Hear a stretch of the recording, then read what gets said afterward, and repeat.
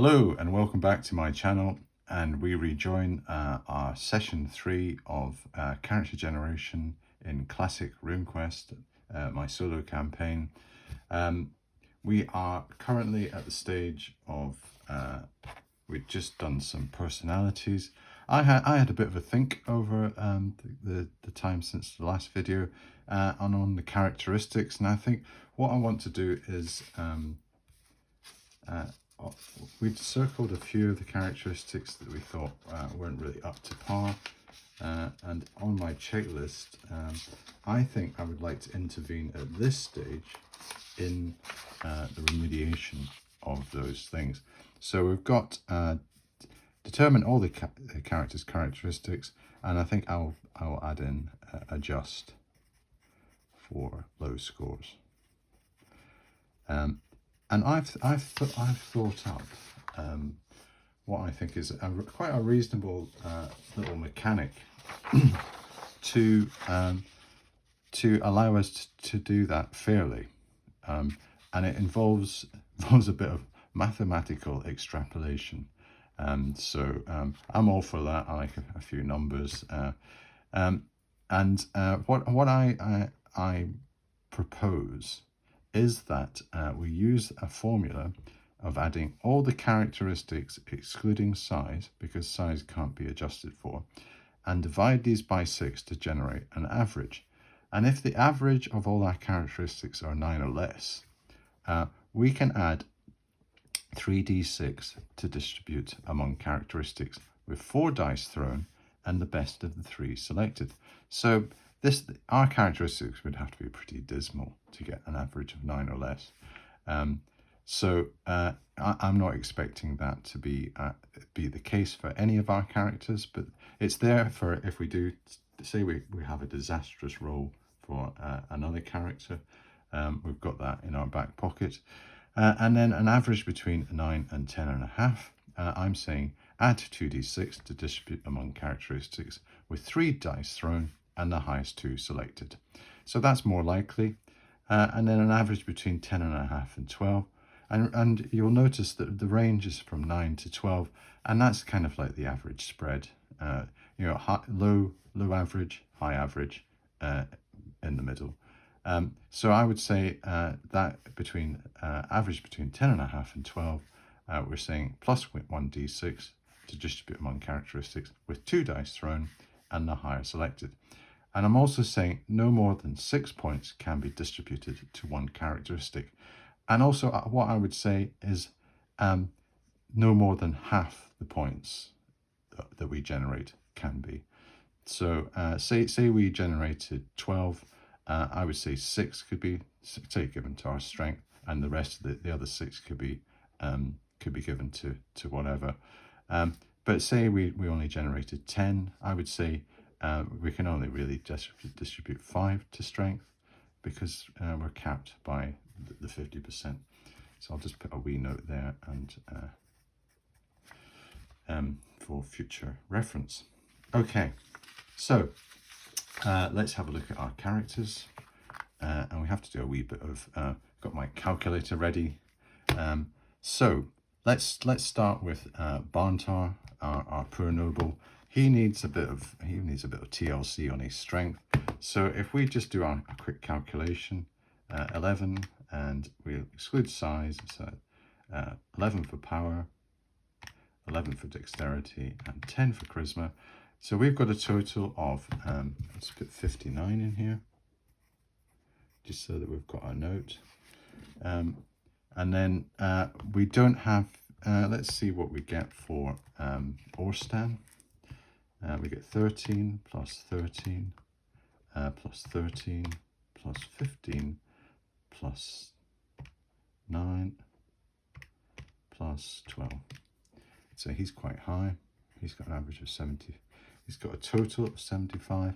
Ulvar has got 10 plus 7 plus 14 plus 10 plus 7 plus 11. So he's 59 as well, Ulvar. And we reckon that he needs a bit of a buff in constitution and dexterity. Otherwise, he's not a very useful barbarian.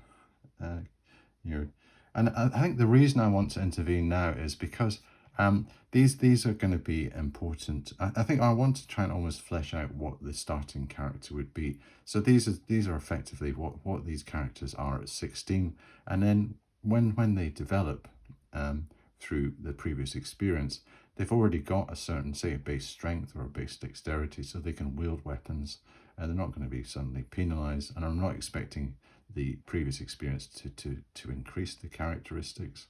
I'm just saying that I'm kind of locking that in now, and this seems the right kind of juncture to do it. And then on Varlorn, our peasant, plus 15, plus 11, plus 11, plus 13, plus 8. See, he's actually quite high. He's 69.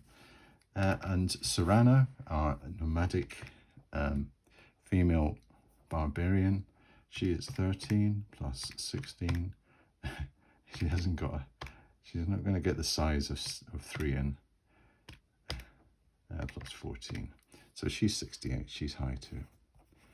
Okay, so we've got our totals. So let's see what the magic number is when we do an average. So 59 divided by 6 is 9.8. So let's say that's 10 if we round it up. 75 divided by 6 is 12.5. So that's going to be, that's over. We'll keep 12.5 in there. 59 is going to be 10 again, because we've already calculated that. And 69 divided by 6 is, just made it, 11.5. And 68, that'll probably be about the same as well. Let's say that's 11.5 too. So according to my chart, Barntar can get, averages between 9 and 10.5, so he's going to get plus 2d6. So he's going to get plus 2d. Ulvar will get plus 2. Varlorn has got 11.5. So he is going to be average between 10.5 and 12. So he's going to get plus 1d6. And so will Serana. And we've got 12.5. So Orstan, our dwarf, he does not qualify. So he doesn't need any increases to statistics. Okay, good. So we've got the kind of base position for the characters. We can proceed with our rolls to see what we get. So Barntar first, he's going to get 2 dice, but he also adds in another one. We take the best 2 for this roll. So let's see what we get. We get a 5, a 2, and a 3. So we're going to take 8. So he's going to get 8 to add. So I'll just put 8 in brackets for Barntar. For Ulvar, he's going to be in the same boat. We're going to roll 3 dice and take the best 2. So it's not fantastic. So he gets 8 again, because we've got 5 plus 3 plus 1. So he's going to be 8 to distribute. Valorn has got 1d6, so we're going to roll 2 dice and take the best one. Varlorn. So we're going to have 4 Varlorn to add. And same for Serana. Let's see if we can increase Serana's dexterity. She gets a 5 to add on, because we take the best. So that's good. Okay. Right, excellent. So we have 8 points to play with, and strength is so the maximum we can increase our strength is by 4, because we can't do more than 50%. So I would say let's increase our strength by 4. It's a pity, because it'd be nice to get it up to 13, because then we start getting some bonuses, but this is better than nothing. So we'll get our strength up to 11. And then what else would be useful for Barn Tower? Now, if we look at, we actually look at, I'll get the summary, which is a bit easier to look at than. So on attack, what is important? If we can get things up to 13, we can't, well, we could change his intelligence. His intelligence is quite low, but we're not going to get it up enough. Yeah, what would be better? Power? No, we're going to need a lot. Dexterity. So I think dexterity is worth increasing up to 13. Yeah, let's do his dexterity. So that's another 2. So his dexterity goes up to 13.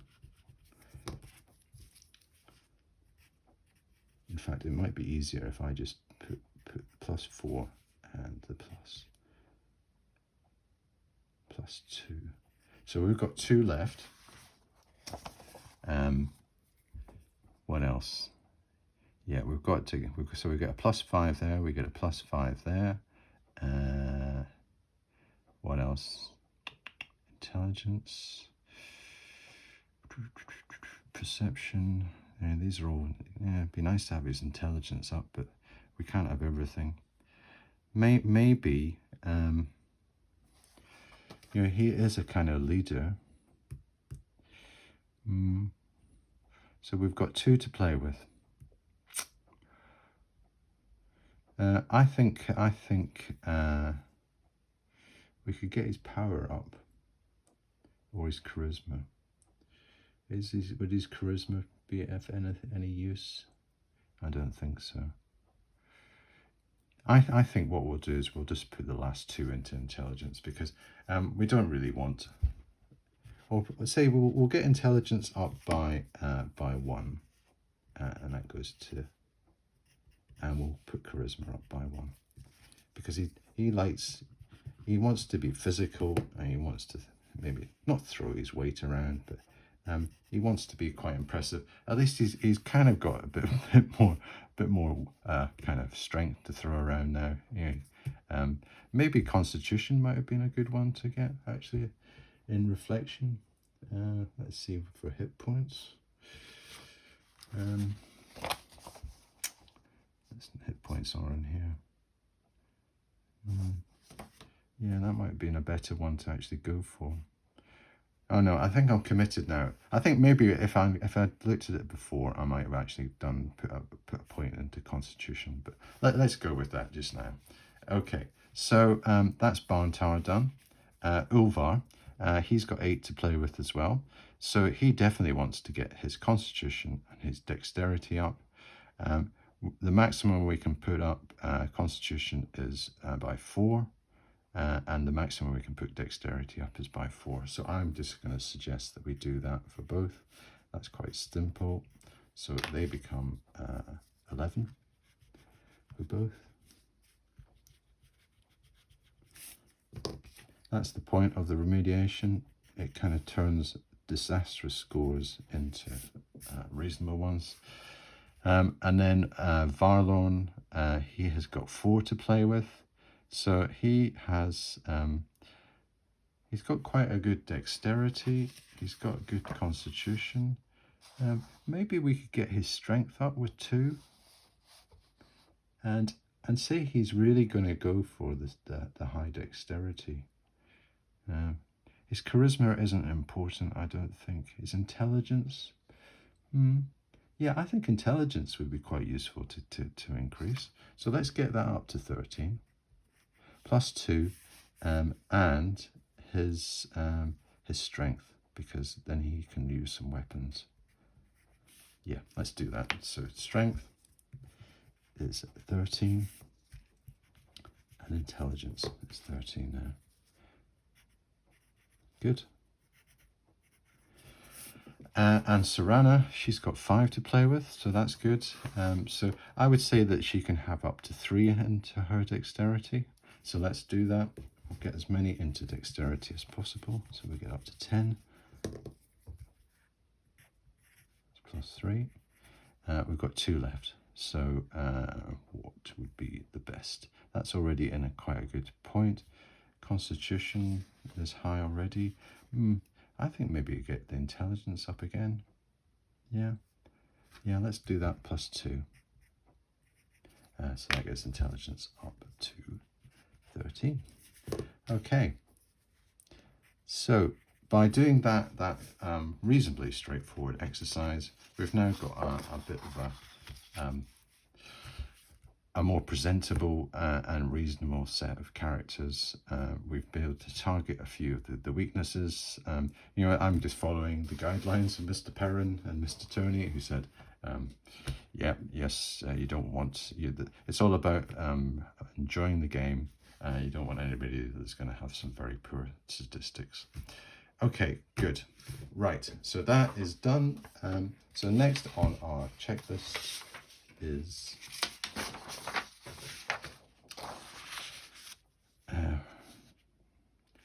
determine the character's personalities and cultural traits. So I have a little section in my notes that deal with that, and I'll just get it to hand. So after personality, I have this section called cultural traits and behaviours, and I say you roll and select 1 to 3 cultural behaviours based on the character's cultural background. And for each of the cultures that are highlighted in this thing here, that's our background table, like Selenic Empire and a conquered city-state, an independent, forest and highland barbarians, the nomadics. I don't have anything for these yet, but if I'm going to have to maybe do something for the dwarf. I think that's a bit of a mission, so I'll come back to the dwarf. I wasn't expecting a non-human. But we can, for the majority of our parties, do. And the beauty of this worksheet is that you can see if there's any gaps. So if a line or an area isn't filled up, like which is going to be for the traits for Orstan, I can see that at a glance, and I know I have to come back at some stage and make recompense for. We can have Mr. Orstan not knowing what his main drivers are, and I suppose this is what the point of these cultural behaviors are. The ones like the main learnings and the main motivations and the main principles that a character gets from their cultural background. These will have a lasting effect on how the character behaves. It's almost like it's been stamped into their personality. So I suppose a modern equivalent would be, say, if you are a Chinese person, you have some cultural values. You will behave as a Chinese person in most instances because you are of that culture. I'm British. I behave in a kind of different way to, say, an American or a Canadian, or just there are going to be some cultural differences. They're just going to change what our principles are, what our standards are, the way we behave. And probably in this type of world, it's going to be ramped up to about 10 because the cultures are so different. At least, say in a Western culture, there's quite a lot of similarity between the democratic states. If you had an American and a British person and say a French person in a room, you'd be pushed maybe sometimes just, they'd probably be on the same page on most things. But a forest barbarian and a nomad, no way. They're going to be quite, even though they're barbarians, they're going to be pretty poles apart culturally. Okay, less of this banter. Let's get on and see what we're going to have. So we roll 1 to 3 for each character. So let's find out how many we get for banter. So what I'll do is I'll do the number for each, and then I will go to the table and select how many we get. So Bantar's going to get, he gets 3, so he's going to have a lot. He's going to get all the gripes of a conquered city-state. Barntar is already shaping up to be. It's almost like the way I'm kind of playing. He's almost like he's always kind of moaning about the situation. He's maybe got a bit of a chip on his shoulder. He is the highest status here, and he'll feel a bit resentful that he's not going to be the natural leader. He wanted the charisma of 14, but who knows? He might even get there a characteristic improvement, and it might help him. So we've got Orsten. So we're not going to do anything for Orsten. So he's only going to have 1, and we're not going to roll for him because we don't have a table. Ulvar.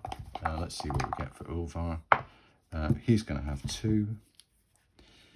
2 traits that are prominent in his character. Varlorn, our peasant from the Selenic Empire, has that stamped itself on his outlook. It's only maybe a bit skin deep. He's only got one takeaway from that culture. It's always a bit of a rejection maybe.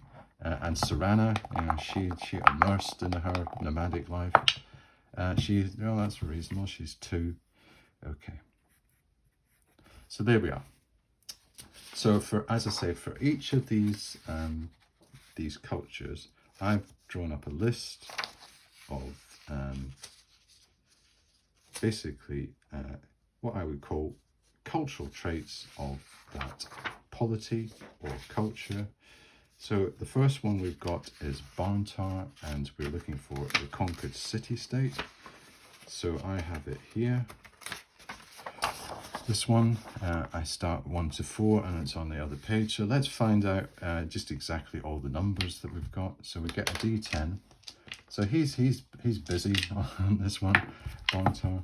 We're going to have first one we're going to have is a 9. So I'll just make a little note, put that there. We've got 9. We've got 10. And we've got 7. Okay, so what this means in English is 9 is pragmatic. So I'll put that down. Number 9 is pragmatic. And the little blurb that goes with this that I've kind of scribed. In a city, trade and urban life must continue. Citizens often prioritize economic stability and the smooth functioning of the city, even if it means cooperating with the Selenics for services like infrastructure and law enforcement. So that's a wee bit like what have the Romans ever done for us type thing. So he's basically just saying he's got quite a pragmatic outlook. And that's he shares that with a lot of the other citizens. They just get on with life. The Selenics are in control now. Why bother? And that's probably quite a constructive outlook. He's not the rebellious type. Well, doesn't appear to be. 10 is divided loyalty, and this is pretty. This is again to be quite a trait. I had to have a bit of a think about this. The population is really monolithic. There will be staunch rebels, ardent Selenic converts, indifferent pragmatists, and those genuinely confused or torn between the old ways and the promises or threats of the new order. This can lead to internal strife and suspicion even among the subjugated. Now, basically, that means that everybody's kind of, families are divided, different groups are divided. Some are very pro empire, some are very anti. Those are the ones in the middle. Again, I would just say that maybe he has experienced divided loyalties in his family, and maybe that could be a reason why he has decided to go out adventuring. He might be one of the siblings in the family that has not really maybe seen eye to eye with the maybe his parents are quite ardent, staunch rebels, or potentially, and they want to continue the fight, and he's just thinking, oh, come on, let's just get on with it. So I'm going to put down divided loyalty. That's the takeaway for that. So some of them, they're a bit kind of high level. They're not maybe going to have a kind of direct influence in the game, but we can say that when it comes to his interaction with the Selenic Empire, it's already quite, he's going to be on a more positive level. He's going to be probably quite reasonable with he's not going to, you know, attack a Selenic on sight. And then 7, fearful. The omnipresent threat of Selenic patrols. Now I've got these, what I call moon masks. They are the secret police. So it is a pretty it's like a kind of the iron fist and the velvet glove type rule. And harsh punishments can instill a pervasive fear, leading to obedience or extreme caution. So he has had as one of his maybe his experience of life in his city as it's been taken over is fearful experience. So maybe that is a reason why he has decided to go into the borderlands, escape this potentially tyrannical rule. It's not like the old days. So in summary, quite a few. He's maybe come from a family that's got divided loyalties. He's maybe not seen eye to eye with them. He's of the view that he just gets on with life. And maybe what's motivating him a bit is the fact that he's quite fearful of the retribution that the Empire can have. He's fallen out with his father, say, because he said, you know, you can't really kind of be so stridently against this Empire. They could potentially take away all your properties and disqualify you just like that and snap their fingers. So he may be quite fearful of what would happen. So, you know, that could maybe shape what he has to endure.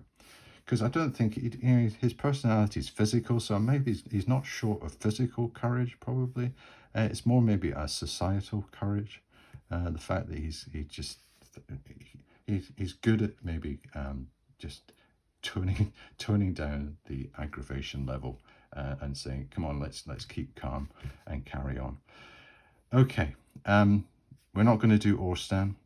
We are going to do Ulvar, and Ulvar is.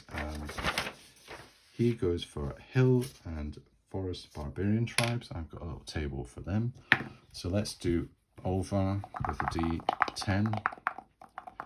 He's got 2 he's going to get. So he has a 10 as his first one. And he has a 6 as his second. So let me just put a wee circle around that so that we know exactly, I'm not dealing with one of them. So 10 is the first one. So okay, reckless. This is something that a barbarian is probably noted for. Sometimes acting impulsively and without careful consideration of the consequences, driven by immediate needs or emotions. So yeah, this is your typical barbarian trait. I suppose, you know, one of the classics was Gaulish warriors that were just kind of screaming and charge into battle, swinging their long swords, you know, against disciplined Roman soldiers. And basically getting not slaughtered, but you know, the superior discipline of the legionary would always took a toll over the reckless sword wielding barbarian. So we'll put reckless down, and that could be quite an interesting trait that Ulvar can take in. You know, it is a typical, I suppose, a barbarian stereotype. So he's flying the flag, the barbarian flag on that. And then, oh, this is a nice one. Courageous. Valuing bravery in battle and facing danger head on, cowardice is often seen as a great shame. Okay, so he really believes that you've got to charge. It's the wild charge, and you do that courageously. And valor is the it's none of this discretion. Valor is the best, and the discretion type thing. I can't remember what the metaphor is. He just goes straight for it. So that is probably gonna shape him. He has this rather downer that he's a bit dishonest. But when it comes to actual physical warfare, Ulvar's the guy to say, point him in a direction, and he'll just go for it. So that's Ulvar for us. And who else have we got? We've got Varlorn, and he just has one, and he's a Selenic Empire. Now, I do have actually, did I have another one? Yeah, I think I had another I haven't printed out, which was, yeah, because I thought the peasant class is maybe slightly different from the rest of societies, and I've almost like grouped them together. I have a separate chart for peasants. So what I plan to do is I'll print that out, and for the next session, I just didn't have it. I forgot to do that. It was a late addition because originally I was just going to go for the overall cultural, classify him as a Selenic, but I do have a specific one for peasant.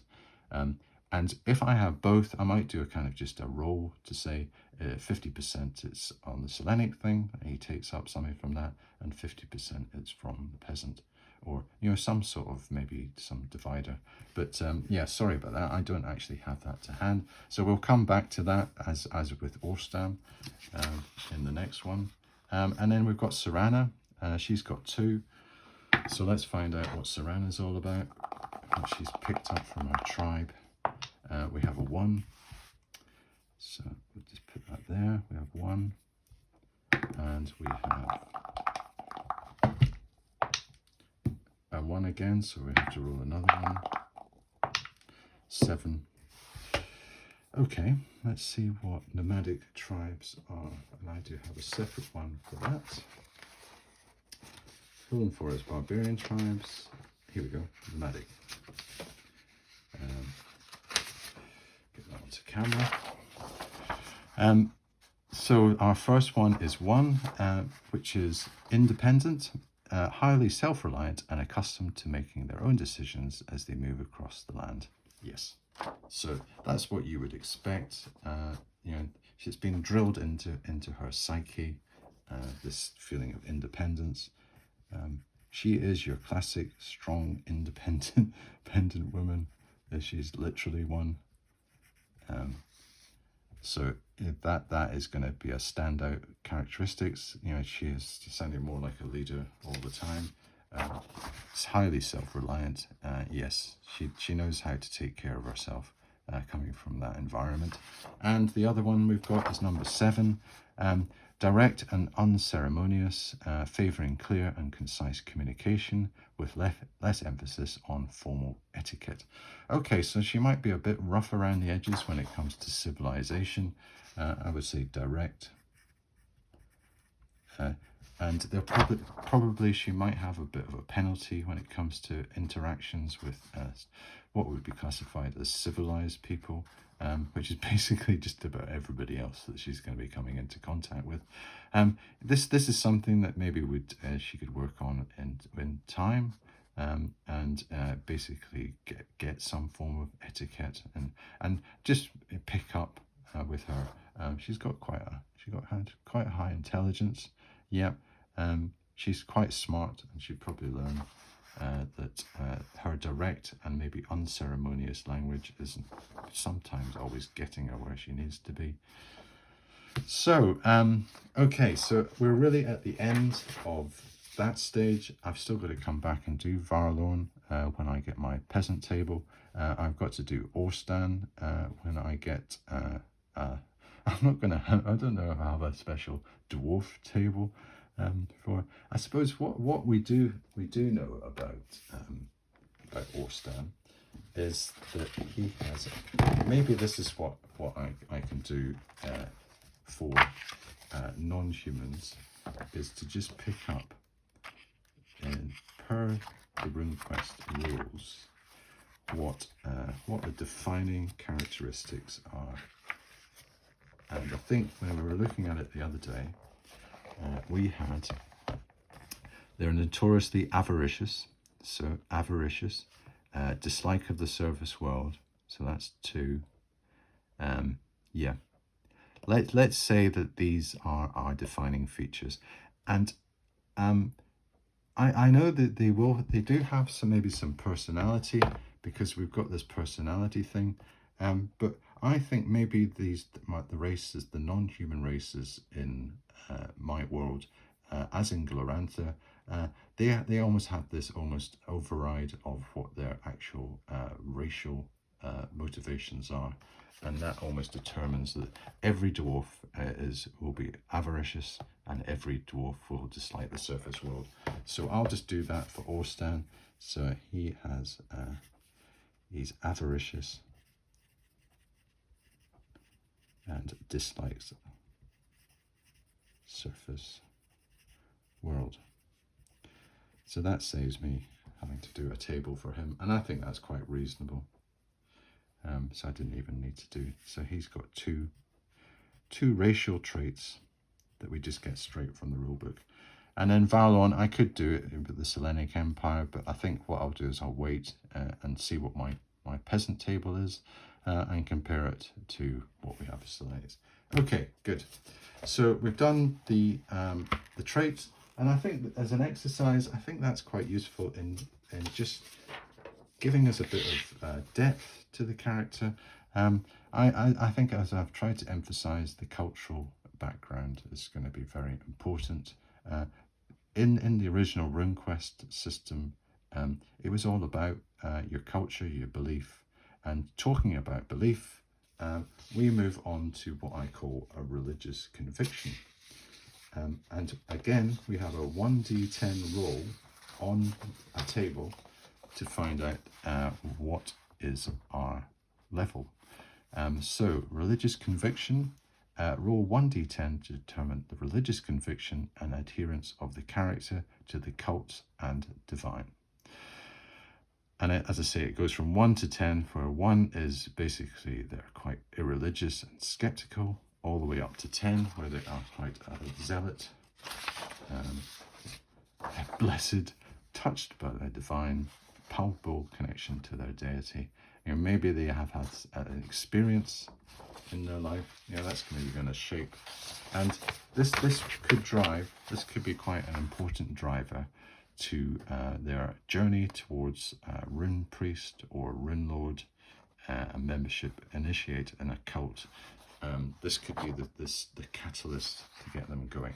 So let's find out what the religious conviction is of each of these. And religion is such a fundamental part of RuneQuest that we really have to take it very seriously. So it's, you know, in modern standards where religion maybe isn't quite as high profile, we've really got to forget all those notions and just put ourselves in the mind of these characters, where they have a different kind of dimensional view on religion. So let's see what Barntar is all about. He is with the Force. The Force is strong in Barntar. He is 8. On 8 on our chart. He is going to be an aspiring disciple, actively seeks deeper understanding and connection, often spends time with priests or initiates, learning lore and practices, lives by strict cult teachings, and strives for purity and faith. Now, I don't have any cults or priesthoods or religions defined yet in my setting. I don't really have anything apart from the high level stuff that I was showing you in one of the earlier videos. However, I do have a process coming up after the character creation where I create 3 effective cults that are going to be in that particular region, and I can attach the characters to one of those that seemed the most appropriate. So according to this, he is going to be quite keen to be attached to a cult, and he is probably seeking the route to rune lordship or something equivalent. So aspiring disciple. I don't need to, I'll just put an 8 there. Okay, Orstan. Let's see what his view of the earth is. He's got very high power, so you know, this could be quite. Maybe this will determine his view. He's a 3, so it's not massive. So a 3 on our little table. is cult curious and superstitious. So he has a basic belief in the gods and spirits. So he will believe in the Mostali earth god. He participates in common rituals, paying respects at shrines. He carries minor charms. He's mostly concerned with avoiding bad luck or divine wrath.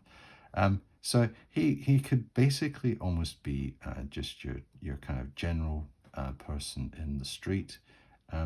Quite superstitious. He follows the rituals. He's not a strong adherent. He probably just goes along with what is socially the norm. So that's quite interesting. He doesn't have any major feelings either way. And then Ovar, our reckless, courageous barbarian. What's he all about with the 1 to 10? So he's a 2. Yeah, so he's even less. So let's see what 2 means on our little Richter scale of religion. Apathetic and nominal. So maybe his dishonesty type thing, he just doesn't feel that he's up for this type of thing. He goes through the motions for social acceptance or habit. For example, major festivals once a year. Has a vague belief, but it doesn't impact daily life. Prays only in extreme emergencies. So all the kind of indoctrination he was getting in his tribe, to say, you've got to believe in the gods, they are the way. He was basically kind of giving lip service. So his dishonesty was probably being used at full stretch. He was basically a lot of white lies going on. So everybody thought maybe he was an absolute zealot, but really he wasn't. He was just pretending. And then we've got Varlorn. So has he got any strong religious conviction? Let's find out. He's got a 6, so that's okay. He's a zealous lay member. He worships frequently and fervently. He knows most major cult myths and doctrines. He spends personal time on cult-related activities. He considers a deeper commitment or future initiation. So he's ripe for initiation at some stage. He wants to join. He's zealous. He is a believer. So good on Varlorn. He's with the Great Veil program. He's probably going to become quite a strong. If you've got a higher religious orientation, you might feel that you have a duty in this chaos war that kind of surpasses personal ambition. And then we've got Serana, and let's see whether her tribal animism is strong with her. She is a 6, so she is in the same boat. She is a zealous lay member. She has been brought up with some very strong animistic traditions in her nomadic tribe. It has made quite an impact on her. So, as a summary, we've got a scale where Barntar is the real religious person in the group. He might be trying to impose some of his religion on the others. Maybe that could be a bit of conflict later on. And obviously there's lots of different cults in RuneQuest. There could be some competing priorities of who has the loudest voice on the party. We've got Ovar, who's just going to keep his light under a bush, and maybe just disguise his thing. He's well honed at that kind of thing. So there we go. On the actual on the checklist, if we just get back to our checklist, I've got so many sheets of paper now. I have lost where my checklist is. Here we go. So we have gone all the way from 1 up to 9. So the next thing in the stage, in what we do, is we determine which profession, vocation a character opts for, and then step through their service life each year to generate their service history. And we also determine the character's previous experience in a profession vocation by applying the time spent in service. Now, this is the area that I can do offline, because unless there's anything specific I need to roll for that I will show you, I can do all the calculations offline. But what will be of interest, and we'll keep this for our next session, is we'll determine what vocation, and I do have that, a kind of heads up on that, what we're going to do for previous experience. We'll have a determination of the profession and vocation, a peasant, so this will be Varlorn. He may join the mercenaries, and I would say he's going to go for that on a 01 to 25. He may apprentice himself to the thieves, players, or foresters, and that's going to be on 26 to 100. He must join the militia no matter what. We don't have a townsman, but if we did, they may join the mercenaries 01 to 20. Majority join an apprentice program, and they must join the militia. A barbarian, they may join the mercenaries 01 to 25, but there is a tribal background, previous experience, and I'm saying that the highest weightings for that. A noble, they may join the mercenaries, and that's the usual, it's almost like an 80%. Or I have actually created, this was omitted from RuneQuest 2, and it did appear in RuneQuest 1, was the actual noble background, and I have actually resurrected that, and I've got my little sheet on that. So I've got that. I can show you if we get 81 to 100 for Barntar, he's going to have a noble background, which basically means he just lives as a nobleman, and he maybe trains himself, or he gets the guilds to help him out, and he lives a noble life. Maybe he's in administration or doing things in his city-state. And then an exotic, I'm just saying, as a general, they may join the mercenaries, the human mercenaries, or something I call cultural background, 26 to 100, and I would have to basically do that on the fly, because I don't have any particular rules on that yet. And then once we've actually selected which vocation they want to go for, we've got to actually try to get into these things. If we don't, we could try to go for something else. But say it was we had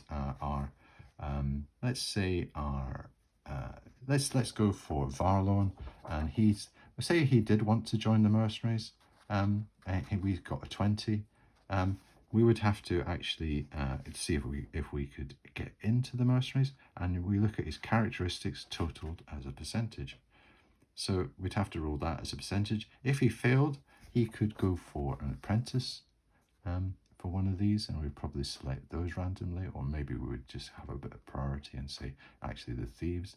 And then with the apprenticeship program, we see for peasants, players and foresters is a 70% chance that they get selected, and thieves guild, I think a master thief has to notice the peasant, and that's why they have power times 5. So yeah, that's kind of what we're going to be doing next session. And then once we do that, and we will do this process where I go through each of their years of service and work out whether they've had an eventful time for that. They either have had minor events, or they've had a major event, or maybe they've had two major events. There's been an awful lot going on that year. And for these characters, only Ulvar is going to have quite a lot in his service record. The other two, they're going to have 2 years, 2 years, 4 years, 2 years, and 2 years. So that's the way that works. Okay, I think I have dazzled you with science enough for today. We've done a lot of number crunching. We've done a lot of going through charts and tables. I think as a result, we've got a more balanced set of characteristics, far more presentable as a group. We kind of know a bit more about their cultural background and just how they feel. We've got a very pragmatic nobleman. We've got our standard dwarf. We've got he is turning out to be a bit of a hothead. He is very courageous, and that is a noble thing, but the recklessness that could be an issue. Sarana is maybe a bit rough around the edges with her directness, but she has independence and clarity of mind. She knows how to probably how to handle herself, and she just needs maybe a bit of experience of civilization she'll probably be quite a quick learner. Yeah, great. I enjoyed that session. Hopefully you did too. And for the next one, we'll get straight into their previous experience and find out what professions and vocations they'd like to go for.